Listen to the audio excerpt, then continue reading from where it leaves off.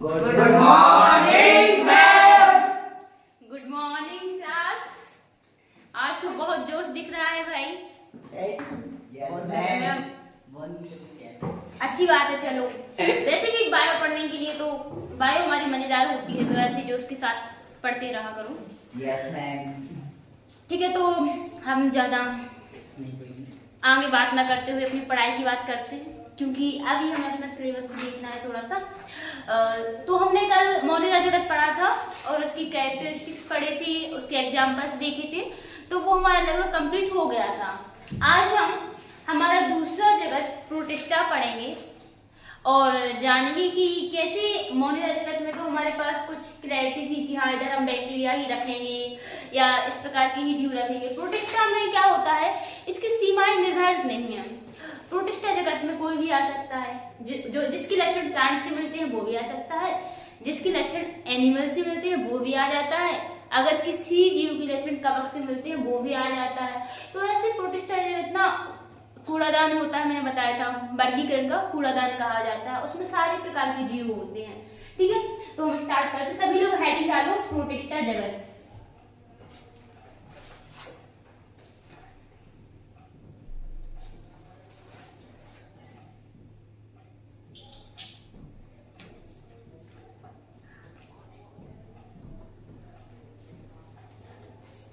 अब प्रोटिस्टा जगत में अभी जैसे हमने देखा, इसकी वर्गीकरण की सीमाएं निर्धारित नहीं है, लेकिन कुछ ऐसे लक्षण हैं जो प्रोटिस्टा जगत के सभी जीव फॉलो करते हैं। ठीक है, सभी जीवों में वो विशेषताएं पाई जाती हैं। उनमें से सबसे पहला लक्षण ये होता है कि इन जीवों में जो कोशिकाएं होती हैं वो यूकैरियोटिक होती हैं। कैसी? यूकैरियोटिक। हाँ,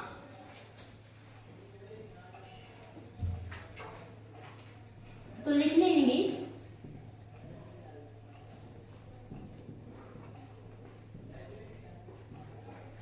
यूकैरियोटिक कोशिका।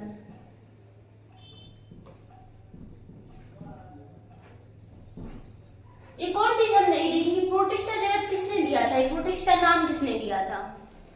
जब हम दो जगत वर्गीकरण से आगे बढ़ रहे थे तो हमने एक तीन जगत वर्गीकरण देखा था अर्नेस्ट हैकल का। सभी को याद है? Yes ma'am. तो अर्नेस्ट हैकल ने एक प्रोटिस्टा शब्द पहली बार यूज किया था और उन्हीं ने वर्गीकरण में एक तीसरा जगत प्रोटिस्टा जगत जोड़ा था। अब इतना सबको क्लियर हो गया? Yes ma'am. ठीक है, तो प्रोटिस्टा जगत में जो सारे जीव हैं उनकी कोशिकाएं कैसी होती हैं? यूकैरियोटिक होती हैं। ये सबसे मूलभूत लक्षण जो याद रखना है। दूसरा, प्रोटिस्टा जगत में अधिकांश जो कोशिकाएं होती हैं वो एक कोशिकीय होती है। कैसी? एक कोशिकीय। कुछ बहुकोशिकीय हो सकती है, बहुत कम, जिनको हम कंसीडर नहीं करते हैं, तो हम लिखेंगे एक कोशिकीय जीव प्रोटिस्टा जगत में आते हैं।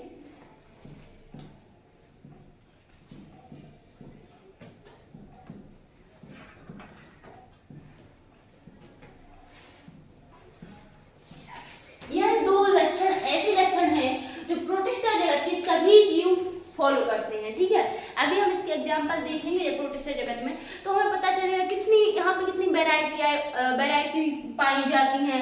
जीवों के लक्षण आपस में बिल्कुल मैच नहीं हो रहा है, लेकिन ये दो लक्षण यूकैरियोटिक कोशिकाएं और एक कोशिकीय जीव, ये सारे जीवों में समान रहेंगे। तो इतना क्लियर हो गया? Yes ma'am. अब हम कुछ प्रोटिस्टा जगत के एग्जांपल्स के थ्रू जाते हैं, तो उनके लक्षण हम अलग अलग ग्रुप के अलग अलग समझेंगे।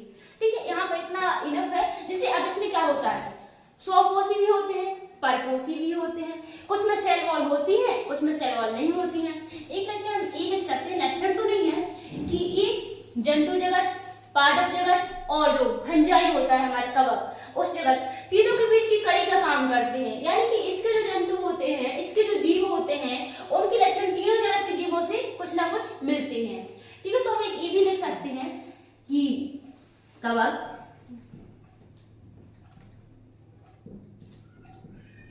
पादप व जंतु जगत के बीच की कड़ी, मतलब इनके जंतुओं को अगर हम एक साथ रख दें, सभी के जीवों को एक साथ रख दें, तो वो प्रोटिस्टा जगत में हमें ऐसे जीव मिलते हैं जिनके लक्षण इनसे मिलते जुलते हैं। ठीक है, तो एक ये हो गया। ये तीनों आप लिख लो, फिर हम इसका एग्जाम्पल देखते हैं। इसमें बहुत सारे हैं, जैसे क्राइसोफाइट्स हैं, डायनोफ्लैजिलेट हैं, अवपंख कवक हैं, मतलब सारे आपको पौधे और एनिमल्स सबके लक्षण मिलेंगे। ठीक है, तो हम एक एक करके पहले एग्जाम्पल से देखते हैं। सबसे पहला जो हमारा एग्जाम्पल है वो क्राइसोफाइट। क्या है? क्राइसोफाइट। उदाहरण 1।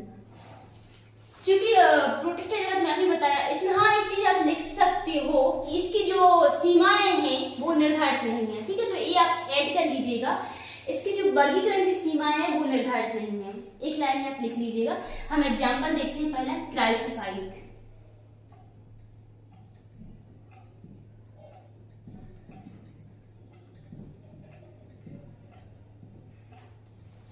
क्राइसोफाइट जो कि प्रोटिस्टा जगत का पहला ग्रुप होता है, इसमें डायटम्स और सुनहरे शैवाल जिन्हें हम डेस्मिड बोलते हैं वो आते हैं।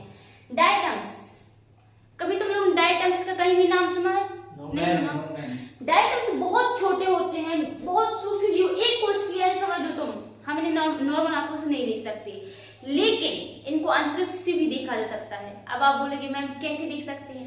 हम इन्हें आंखों से इधर तो देख नहीं पा रहे, फिर अंतरिक्ष से कहाँ से देख पा रहे हैं? वो भी ऐसे। तो क्या होता है, जो डायटम्स होते हैं इनका एक बहुत रोचक किस्सा है कि हाँ ये कैसे काम करते हैं। इसमें डायटम्स व सुनहरे शैवाल जिन्हें गोल्डन एल्गी भी बोलते हैं, सुनहरे शैवाल डैश में डालते हैं। ठीक है,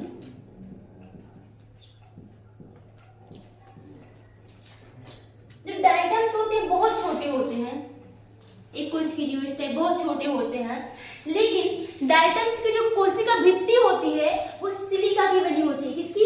सिलिका की। साबुनदानी देखिए, इसमें हम साबुन रखते हैं घरों में अपने, भाई उसमें क्या होता है, एक ऐसा कवर ऊपर से कवर होता है, एक इस टाइप का नीचे से कवर होता है, ऐसे होती है साबुनदानी। हाँ, तो जो डायटम्स होते हैं इनकी जो कोशिका भित्ति होती है वो साबुनदानी के जैसी होती है, एक ऊपर से कवर और एक नीचे से कवर, एक दूसरे पे ओवरलैप, ऐसे ओवरलैप करती है। ठीक है, और वो बड़ी किसकी होती है? सिलिका की बनी होती है। सिलिका एक बहुत कठोर पदार्थ होता है, वह आसानी से अपघटित नहीं होता। तो डायटम्स तो कुछ टाइम बाद मर जाते हैं, डायटम्स का उनकी लाइफ साइकिल पूरा हुआ वो डेड हो जाते हैं, लेकिन उनकी कोशिका भित्ति क्या रहती है? बही रहती है। और कोशिका भित्ति उनकी बही रहती है और वो सिलिका की बनी होती है, तो वो अपघटित नहीं होती, धीरे धीरे क्या होती है, वो एक के ऊपर एक ऐसे जमती जाती है। तो इतनी बड़े उन्होंने बहुत बड़ी समुद्र में डायटम्स समुद्र में पाई जाती है। और पता है समुद्र के अलावा ये जो नदी वगैरह है वहां भी पाए जा सकते हैं, लेकिन मुख्य रूप से समुद्री होते हैं। तो वहां पर बहुत बड़ी बड़ी चट्टान बन चुकी हैं। किसकी? इतने छोटे जीव जिन्हें हम आंखों से देख नहीं सकते, उनकी जो सेल वॉल है उसकी बहुत बड़ी बड़ी चट्टान बन चुकी हैं, जिन्हें बहुत ऊपर अंतरिक्ष से भी हम लोग देख सकते हैं, समुद्र के बीचों बीच। ठीक है, तो हम लिखेंगे इनकी कैरेक्टरिस्टिक्स लिखेंगे हम डायटम्स के। सबसे पहला तो ये समुद्री भी हो सकते हैं और जो नदी वगैरह है वहां भी पाए जा सकते हैं। ठीक है, जलीय जीव होते हैं।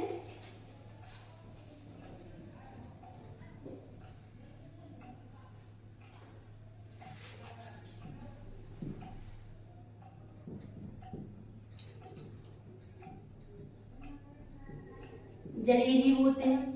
दूसरा, जो डायटम्स होते हैं ये कैसे होते हैं? स्वपोषी होते हैं, यह अपना भोजन खुद बना सकते हैं, इनमें क्लोरोफिल होता है। साथ ही साथ एक और बात याद रखनी कि डायटम्स देखो बहुत समुद्र में मैंने बताया जिसकी कितनी बड़ी मात्रा में पाई जाती है, तो ये डायटम्स और सुनहरे शैवाल प्रकाश संश्लेषण भी करते हैं। तो उसमें भी क्या करते होंगे? क्या करते होंगे प्रकाश संश्लेषण में? प्रकाश को O2 बनाते होंगे, ऑक्सीजन बनाते होंगे ना, CO2 का यूज करके O2 बनाते होंगे। ये कितनी बड़ी बात है हमारे लिए कि पौधों के अलावा हमें डायटम्स और इन शैवालों से भी क्या मिलती है? ऑक्सीजन मिलती है। जैसे हम बोलते हैं ना पेड़ पौधे लगाने चाहिए, हमें उनसे ऑक्सीजन मिलती है, तो उसके अलावा जो ये शैवाल होते हैं, डायटम्स होती है, इनसे भी हमें ऑक्सीजन मिलती है। तो कहीं ना कहीं क्या कर रहे हैं? हमारा फायदा कर रहे हैं।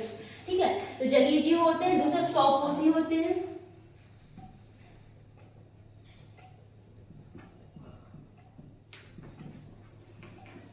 स्वपोषी होते हैं। और जो डायटम्स होते हैं, अभी मैंने बताया था कि इनकी कोशिका भित्ति किसकी बनी होती है? सिलिका सिलिका की बनी होती है। तो लिखेंगे हम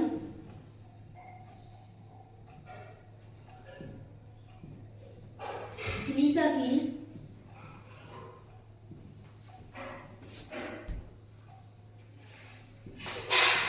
बनी हुई कोशिका भित्ति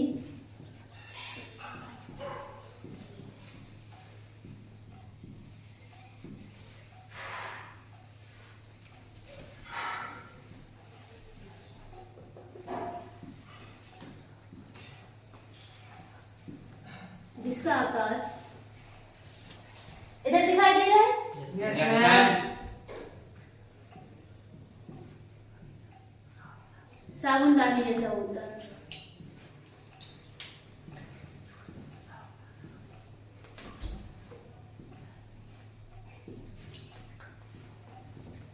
ठीक है, तो इसके बाद इधर ऊपर लिखते हैं। ये तो सबने लिख लिया होगा, ठीक है, इसे रब कर दूं। थर्ड वाला मतलब हाँ, साबुनदानी जैसा होता है। अब हमारा चौथा जो इनका लक्षण है वो क्या है? एक डायटमी मृदा बनाते हैं।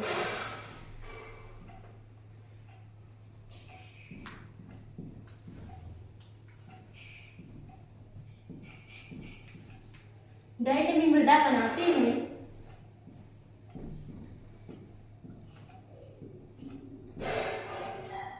जिसका उपयोग कहाँ पे होता है? पेंट बनाने में होता है।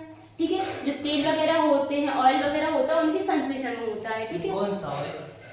कौन सा ऑयल बेटा? जो समुद्र से ऑयल वगैरह निकलते हैं, तो जब उनकी सफाई होती है, यानी उनमें अगर कोई चीजें होती है तो उसको साफ करने में इसका यूज होता है। ठीक है, इसके फिल्टर वगैरह बनते हैं। मतलब पानी पिए तो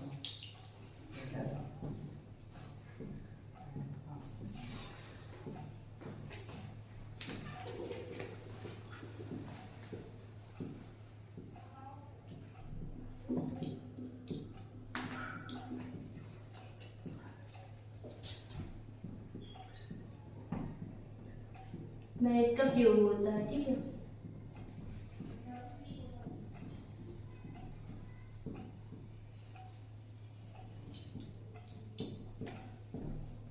इतना क्लियर हो गया सभी को? Yes ma'am.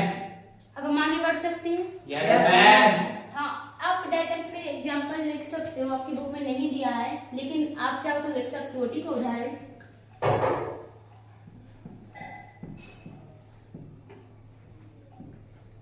नेविकुलर, ये क्या होता है? डायटम्स होता है। ठीक है, तो क्राइसोफाइट हमारा, आई होप आप सबको क्लियर हो गए होंगे। तो अब हम आगे बढ़ते हैं। जो हमारे प्रोटिस्टा जगत का दूसरा उदाहरण है डायनोफ्लैजिलेट, उसको पढ़ते हैं। ठीक है, तो ये आपने नोट कर लिया, मैं इसको रफ कर दूं और हम दूसरा एग्जांपल्स देखते हैं। ये भी सभी का लिख लिया? ये भी रफ कर दूं? Yes ma'am.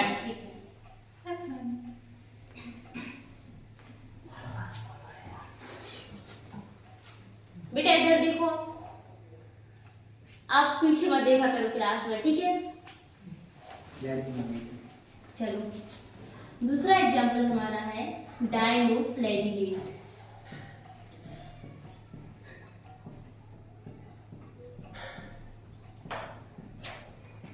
इसका नाम अभी मेरे साथ बोलो सभी लोग, डायनोफ्लैजिलेट।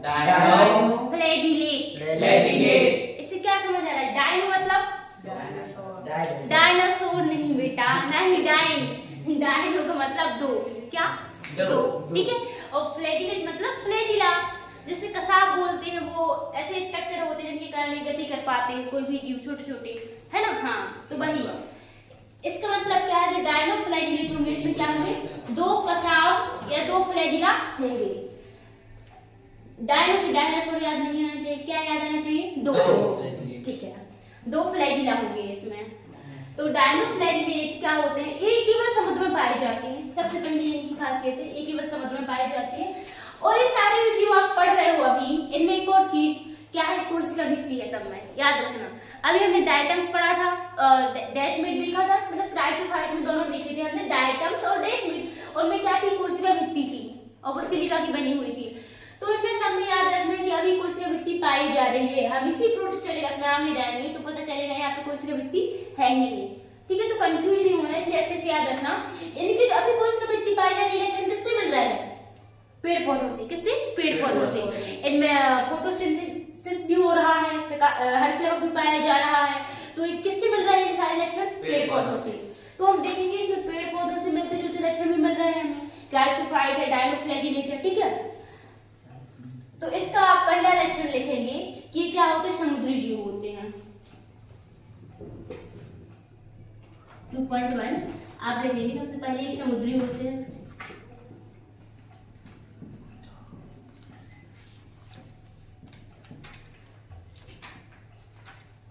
2.2 ये क्या करते हैं? प्रकाश संश्लेषण की क्रिया करते हैं, यानी कि कैसे होते हैं? स्वपोषी होते हैं। क्या होते हैं? स्वपोषी।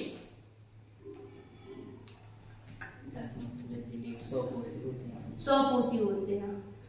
तीसरा इनका लक्षण क्या है? इनमें 2 फ्लैजिला पाए जाते हैं। फ्लैजिला एक कसाव। 2.3 लिखोगे आप,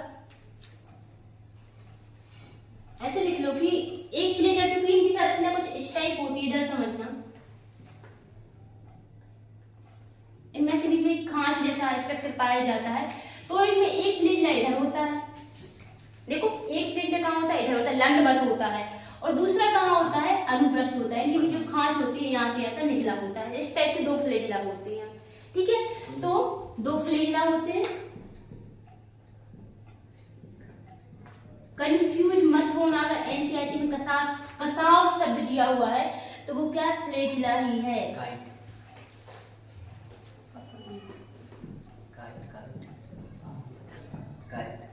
हाँ, आप इसको काइट से भी याद रख सकते हो, लेकिन काइट में जो अनुप्रस्थ वाला है ये भी कहाँ होता है? लंबवत होता है। तो ये डिफरेंस याद रखना, ठीक है। अगर हम काइट में कुछ ऐड करते हैं यहाँ पे तो वो ऊपर ही होता है और नीचे भी लंबवत होता है, जबकि इसमें कहाँ? एक बीच से निकला हुआ होता है, ये अनुप्रस्थ होता है। तो 2 कसावत फ्लैजिला होते हैं, एक लंबवत व दूसरा अनुप्रस्थ। इसको क्या करते हैं? गति के लिए अब कोई भी जैसे डायनोफ्लैजिलेट है, उसको एक जगह से दूसरी जगह जाना है, तो ये जो होते हैं वो गति के लिए काम करते हैं, ठीक है। अब इनमें क्या हो? मूवमेंट होगा, ऐसे ऐसे हिलेंगे तो ये जीव कहाँ जाएगा? आगे बढ़ेगा, इसलिए होते हैं ये।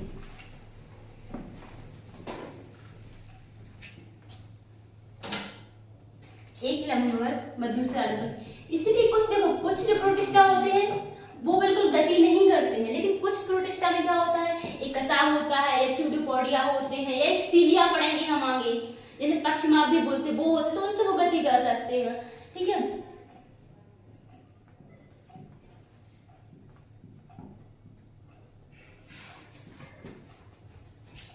इतना सबको क्लियर हो गया? ये वाला लक्षण तो आई होप आप कभी नहीं भूलोगे, क्योंकि ये नाम में ही डायनोफ्लैजिलेट, ठीक है। अब इसके बाद हमारा अगला जो लक्षण है वो ये है कि जो डायनोफ्लैजिलेट है ये अलग अलग रंग के होते हैं। लाल, नीले, हरे, पीले, सारे रंग के हो सकते हैं, सारे नहीं, लेकिन हाँ ऐसे जो कलर, जिन कलर के वर्णक इनमें पाए जाएंगे उस रंग के होंगे, ठीक है। तो वर्णकों के आधार, वर्णक जानते हो क्या होता है? वर्णक मतलब एक ऐसा पदार्थ जो किसी भी चीज को कलर देता है, जैसे क्लोरोफिल है तो वो पौधों को हरा रंग दे रहा है।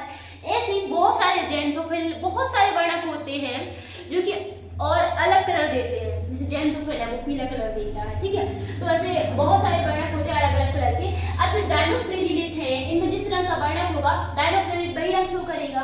हमारा लक्षण है वो है कि वर्णकों के आधार पर, इनमें देखो बहुत सारे तरह के वर्णक पाए जाते हैं, तो उसके आधार पर ये अलग अलग रंग के हो सकते हैं।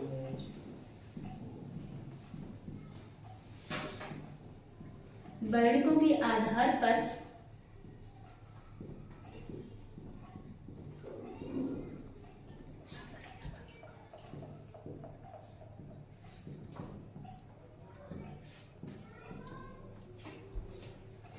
अपने वर्णकों के आधार पर लिखा है जी, पर रंग के आधार पर भी कर सकते हैं। हाँ रंग के आधार पर लिख सकते हो बेटा, लेकिन वर्णक वो होते हैं जो रंग प्रदान करते हैं, ठीक है। ये रंग नहीं होते, रंग प्रदान करते हैं जो, तो वर्णक ही लिखना पड़ेगा क्योंकि रंग पूर्व उपस्थित होता नहीं। वर्णक ही वही एक ही बात है वो, लेकिन एक ऐसा पदार्थ होता है जो रंग दे रहा है। तो जब ये पदार्थ उपस्थित होगा और जिस रंग का ये पदार्थ होगा, जैसे मान लो कोई लाल रंग का वर्णक है तो वो लाल रंग देगा, तो इसीलिए हम वर्णक लिखते हैं। थोड़ा साइंटिफिक लगना चाहिए, मतलब सामान्य भाषा में समझ सकते हैं, लेकिन लिखने में थोड़ा क्या होना चाहिए, वैज्ञानिक भाषा का प्रयोग होना चाहिए। तो वर्णकों के आधार पर लाल, पीले, हरे, नीले रंग के हो सकते हैं।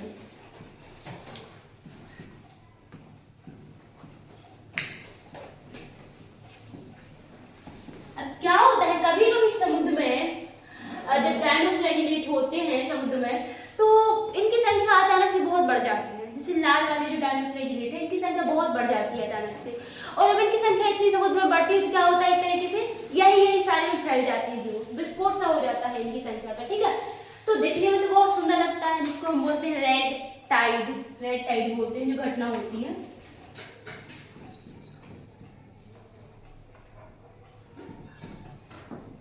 लाल जो डायनोफ्लैजिलेट होती है,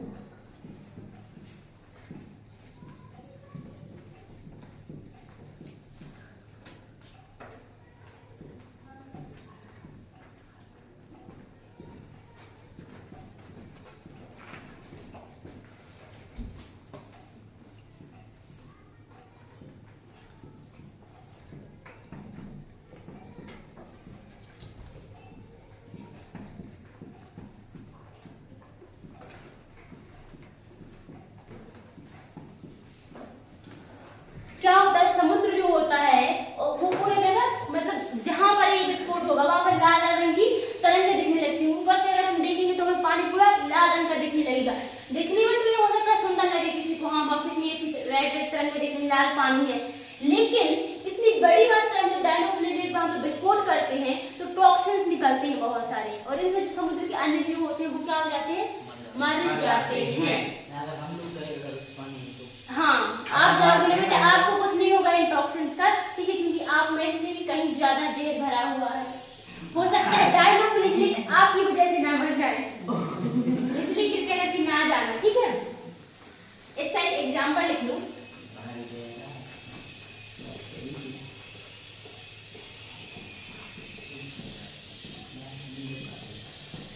गाइनोलैक्स इसका एग्जांपल है, ये आप लिख लीजिएगा।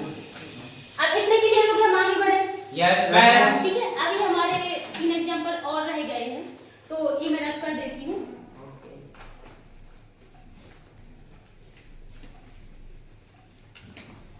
और इनको क्या करना है, थोड़ा सा ऐसे एक दूसरे के साथ जोड़ के पढ़ना कि क्या डिफरेंसेस है, तो ज्यादा अच्छे से याद हो पाएंगे। क्योंकि अगर आप अलग अलग पढ़ोगे तो कंफ्यूज भी हो सकते हो कि नहीं ये कैसे होता है, तो थोड़ा एक दूसरे से जोड़ के देखना कि डायटम्स में सेल वॉल थी, यहाँ भी सेल वॉल थी, तो ऐसे जोड़ के देखना, थोड़ा अच्छे से समझ आएगा। अब हम आगे बढ़ते हैं। तीसरे जो हमारे प्रोटिस्टा जगत के जीव हैं वो है यूग्लिनॉइड।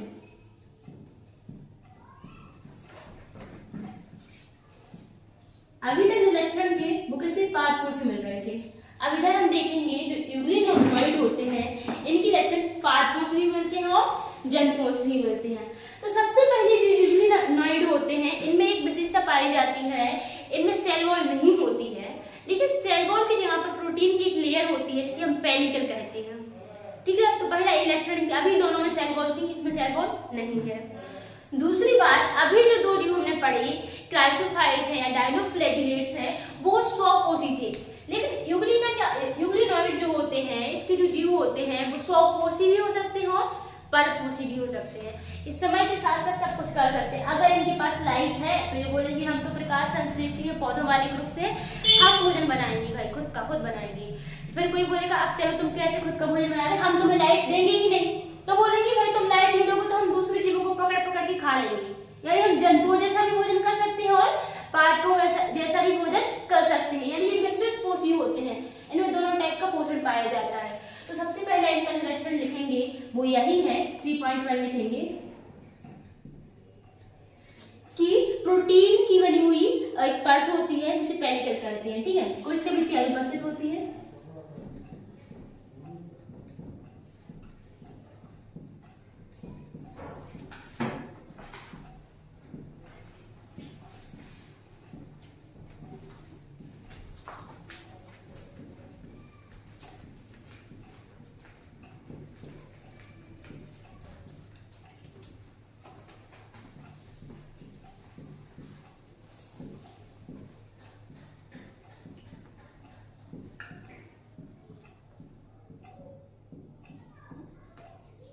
इलेक्शन हो गया। दूसरा हमारा हम पोषण वाला लेंगे, कैसे होते हैं, मिश्रित पोषी होते हैं।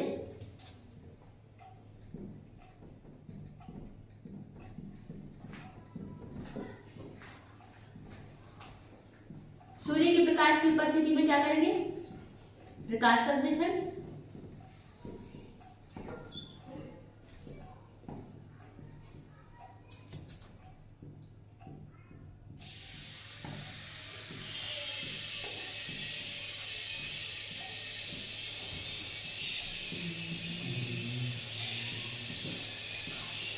और अगर सूर्य का प्रकाश नहीं रहेगा इसकी अनुपस्थिति में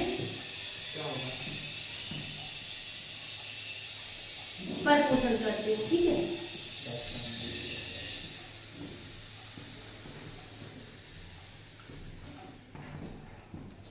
इतना तो ये दोनों लक्षण क्लियर हो गए, इनमें कोई डाउट तो नहीं है कोई भी? ठीक है। और जैसे एक जो लक्षण प्रोटिस्ट जगत का हम अगर हर जगह नहीं मेंशन करेंगे तो एक बार आपको बता देते हैं कि इनमें यूकैरियोटिक सेल्स होती हैं, तो इनमें केंद्रक झिल्ली और सारे झिल्ली युक्त जितने भी कोशिकाएं होते हैं वो सब पाए जाते हैं।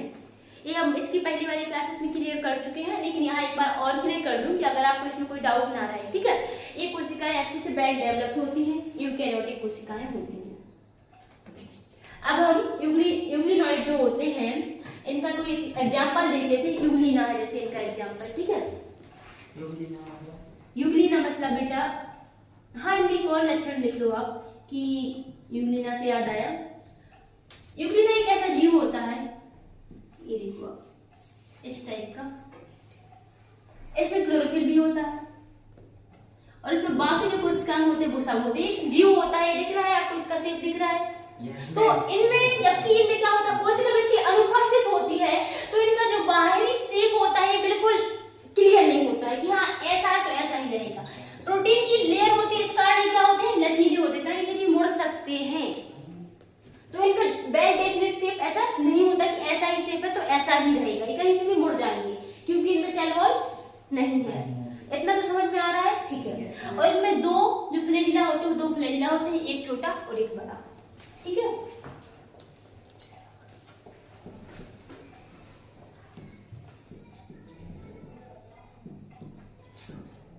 उपस्थित होते हैं।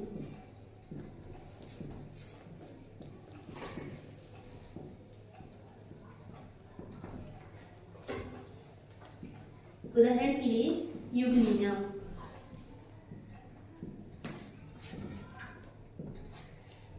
हो गया है सबको क्लियर? Yes ma'am. किसी को कोई डाउट? No ma'am.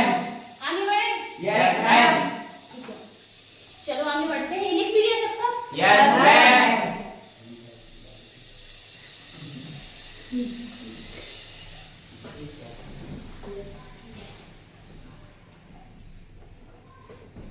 अब जो हमारा नेक्स्ट एग्जाम्पल है वो है अवपंख कवक। ये थोड़ा सा हिंदी में इसका नाम अजीब सा है, लेकिन देखो अच्छे से याद रखना, अवपंख कवक। और इसका अभी आपको जो ये नाम अवपंख कवक मिल रहा है, इनमें देखो कवक लगा हुआ है, ये क्या होते हैं, इनके लक्षण किससे मिलते हैं, कवक से मिलते हैं, फंजाई से मिलते हैं। और अवपंख, पंख मतलब कीचड़ होता है, तो सीधी सिंपल सी बात है, सड़े गले पदार्थों पर पाए जाते हैं। और कवक तो वैसे भी मृतपोषी होते हैं जो सड़े गले पदार्थों से अपना भोजन प्राप्त करते हैं। तो सबसे पहले हम इनके बारे में लिखेंगे कि कैसे होते हैं, मृतोपजीवी होते हैं, मृत पदार्थों से अपना भोजन प्राप्त करते हैं। और इनमें इनको हम लिखेंगे, इनमें जो कोशिका भित्ति होती है वो अनुपातिक होती है। तो पहले वो लिख लेंगे 4.1 है हमारा, कोशिका भित्ति क्या है, अनुपस्थित।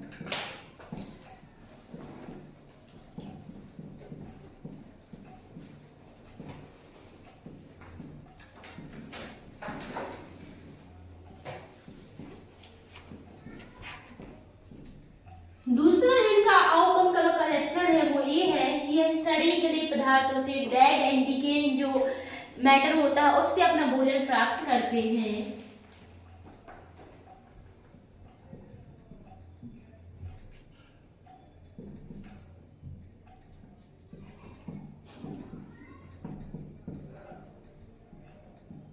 सड़े गले पदार्थों पर जीवन यापन करते हैं।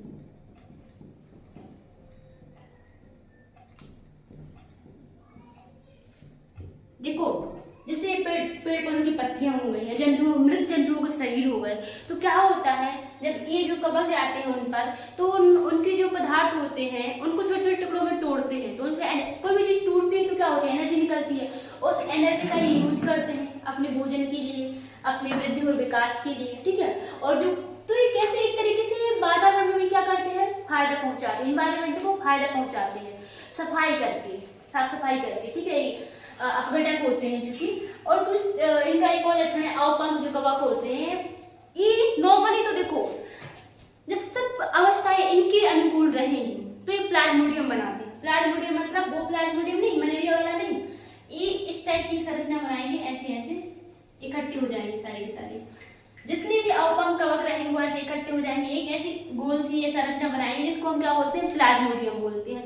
लेकिन जब परिस्थितियां इनकी विपरीत चली जाती हैं, यानी कि प्रतिकूल परिस्थितियां आ जाती हैं, तो जो ये गोल गोल ऐसे प्लाज्मोडियम बनाते हैं इसको ये मिटाकर फ्रूटिंग बॉडीज या फलनकाय बनाती है, इस तरीके की, जिसको कम होता रहता है ना, ऐसी बॉडी बनाती है, इस तरह की।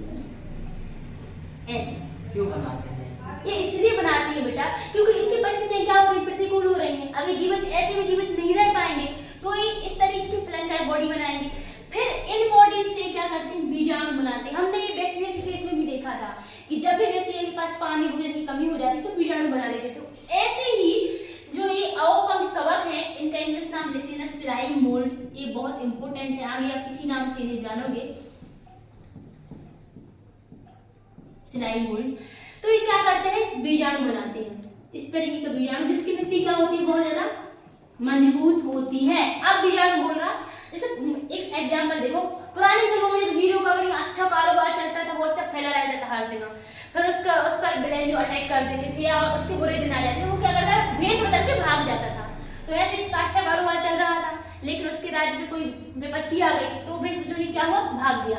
और भाग गया और कहीं जाके उसका क्या किया, छुप गया। अब ऐसी जगह छुप गया जहाँ कोई कुछ नहीं कर पाएगा। इसकी भित्ति बहुत मोटी होती है, तो इस पर कोई भी जो वातावरणीय कारक है वो इफेक्ट नहीं डाल पाते हैं। और जैसे ही फिर से उसका अच्छा समय आएगा तो ये क्या करेगा, फट जाएगा और फिर से प्लाज्मोडियम बनाएगा। ठीक है, तो इतना ये समझ आ गया। अब इसको हम लिख लेते हैं। अनुकूल परिस्थितियों में क्या बनाते हैं, प्लाज्मोडियम।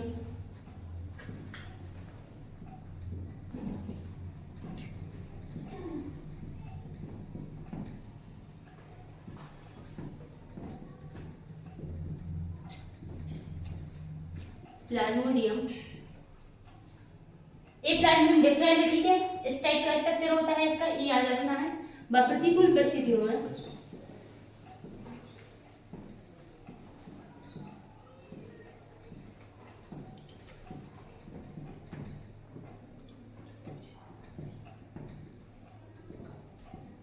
फलनकाय या फ्रूटिंग बॉडी जो इस तरीके की होती है, फलनकाय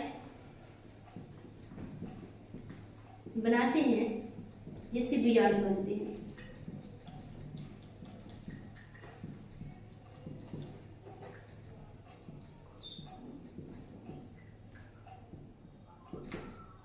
ठीक है, ये क्लियर हो गया, ये नोट कर लो। अब हम आगे बढ़ते हैं, ठीक है।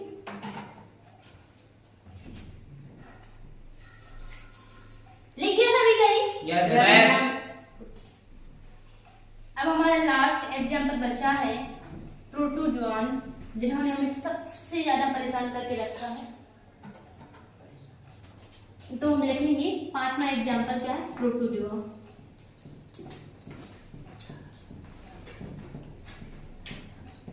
जो प्रोटोजोआ होते हैं ये क्या होते हैं, जंतुओं से सिमिलरिटी रखते हैं लक्षणों में।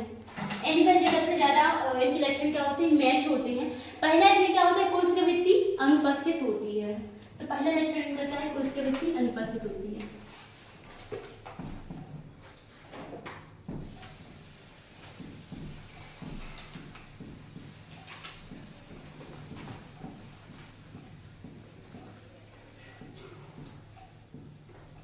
अनुपस्थित होती है। दूसरा इनका जो लक्षण होता है वह यह होता है कि क्लोरोफिल नहीं होता है, तो ये सब क्या होते हैं, परपोषी होते हैं। अब परपोषी में परजीवी होते हैं, दूसरे जो जीव जंतु होते हैं उनके शरीर पर रहकर अपना भोजन प्राप्त करते हैं। परपोषी होते हैं। और इसके साथ साथ जो प्रोटोजोआ होते हैं, इनमें चूंकि कोशिका वृद्धि नहीं होती है तो इनकी बॉडी क्या नहीं होगी, कठोर नहीं होगी, ठीक है, थोड़ी लचीली होगी।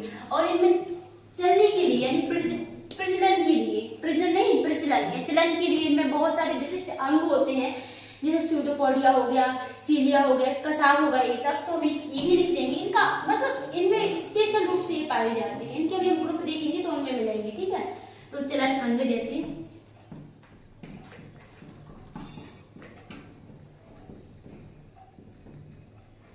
कूटपाद,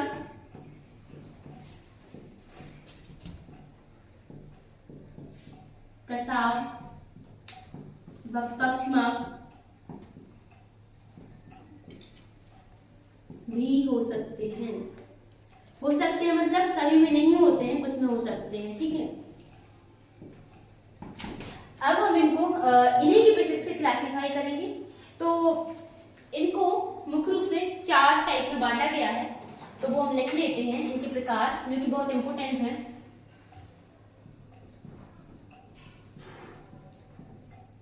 पहला जो प्रकार है वो है अमीबीय प्रोटोजोआ। अमीबा सबने नाम सुना हो बचपन से, बिल्कुल सुना है सभी ने? हाँ, तो जो अमीबीय प्रोटोजोआ होते हैं वो कुछ नहीं है, जो अमीबा है वही होते हैं, ठीक है। अब ये जो प्रोटोजोआ होते हैं इनमें चलन के लिए अमीबा का स्ट्रक्चर कैसा होता है, कुछ इस टाइप का, इरेगुलर ऐसे टाइप का होता है ऐसे टाइप का। अब अमीबा को अगर गति करनी होती तो वो कैसे गति करेगा, उसके पास कोई संरचना तो है नहीं गति करने के लिए।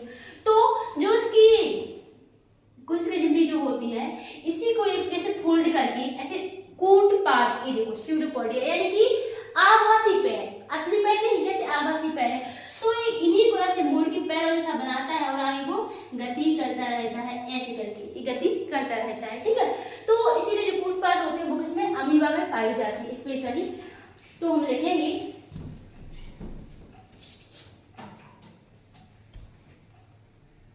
कूटपाद की उपस्थिति,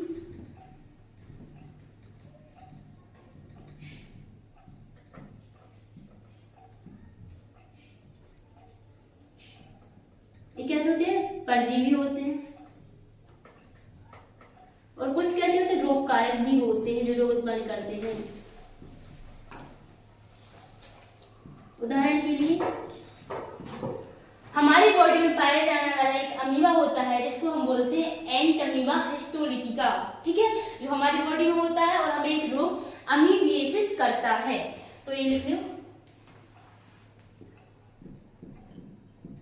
एंटमीबा। ये हो गया क्लियर, ठीक है। अब हम जो दूसरे टाइप के प्रोटोजोआ है वो देखते हैं। तो ये रफ कर देती हूँ, सबका लिख गया होगा? अमीबा प्रोटोजोआ जी, ये बस मत करना। हाँ, ये आप लिख लीजिए। दूसरे जो हमारा प्रकार है वो होता है कसावी प्रोटोजोआ।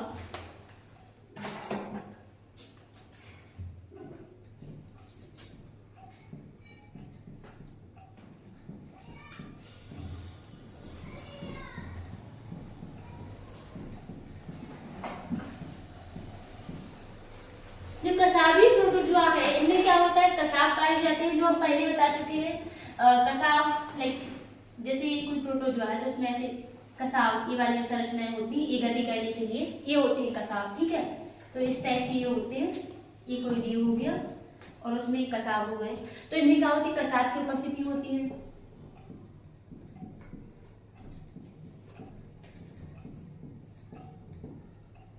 कुछ नहीं है, इनको जो प्रजनन अंग होते हैं उनके अलग अलग वर्गों में रखा गया है। बाकी है तो सब प्रोटोजोआ है, ठीक है। सेल वॉल तो इनमें भी नहीं होती है। और ये भी क्या हो सकते हैं, सारे के सारे परपोषी होते हैं। उन परपोषी में कुछ जो रोग कारक भी हो सकते हैं, जैसे कि एग्जाम्पल है ट्रिपैनोसोमा,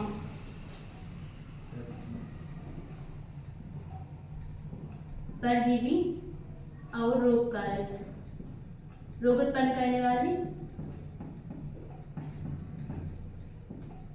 उदाहरण के लिए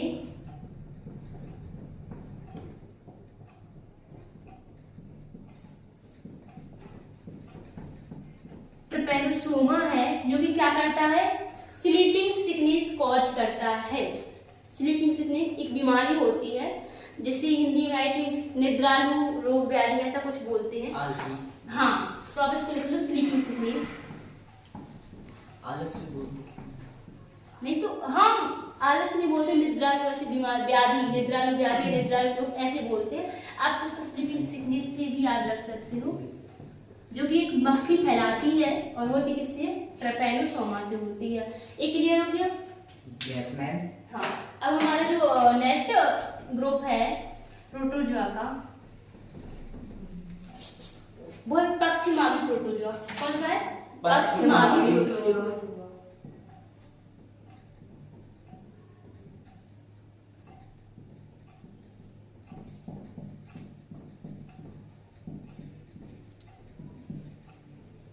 अब जो पश्चिमावी प्रोटोजोआ है, इनमें गति के लिए एक अलग टाइप का स्ट्रक्चर होता है। जैसे ये कोई जीव है, मान लो आप एक जीव है, तो इनका जो शरीर होता है, ये जो इस पे छोटे छोटे से ऐसी हजारों संख्या में स्ट्रक्चर पाए जाते हैं, जो कि इस जीव को क्या करते हैं? गति करवाते हैं। ये छोटे छोटे जो स्ट्रक्चर होते हैं हम पश्चिमा बोलते हैं या सीलिया बोलते हैं। तो इस सीलिया के थ्रू क्या करते हैं? लोकोमोशन या गति करते हैं। तो इनमें यही होता है कि पश्चिमावी प्रोटोजोआ में पश्चिमाव की उपस्थिति होती है। पश्चिमावों के कारण गति करते हैं।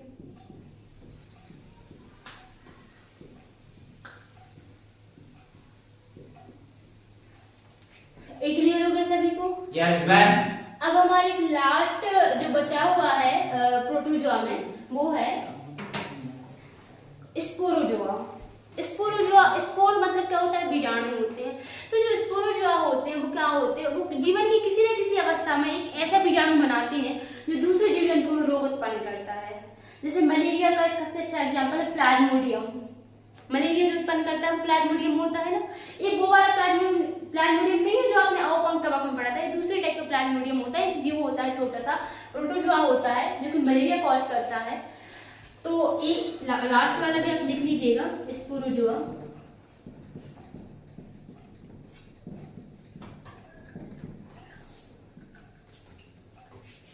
ये अपने जीवन में किसी न किसी अवस्था में ऐसा बीजाणु बनाएंगे जो किसी दूसरे जीव को क्या करेगा? क्या करेगा? दूसरे जीव को संक्रमित करेगा, उसमें रोग उत्पन्न करेगा। ठीक है, तो रोग का जीवन की किसी न किसी अवस्था में रोग कारक जीवाणु बनाते हैं।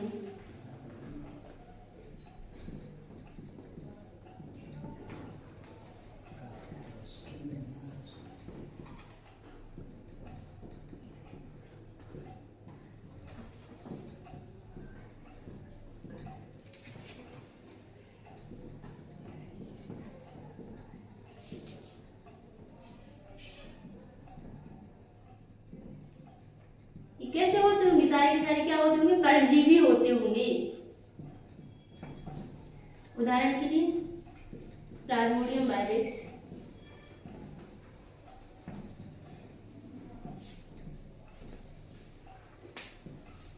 मलेरिया परजीवी।